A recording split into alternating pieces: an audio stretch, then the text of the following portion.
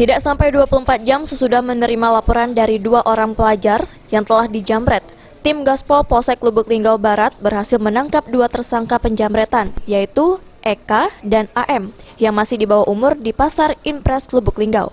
Dalam keterangannya, kedua tersangka mengaku mengajak korban jalan-jalan menggunakan sepeda motor. Kemudian sampai di lokasi, mereka langsung menodongkan senjata tajam agar korban mau menyerahkan ponselnya. Di lapangan kurma kita berhasil mengetahui nama pelaku.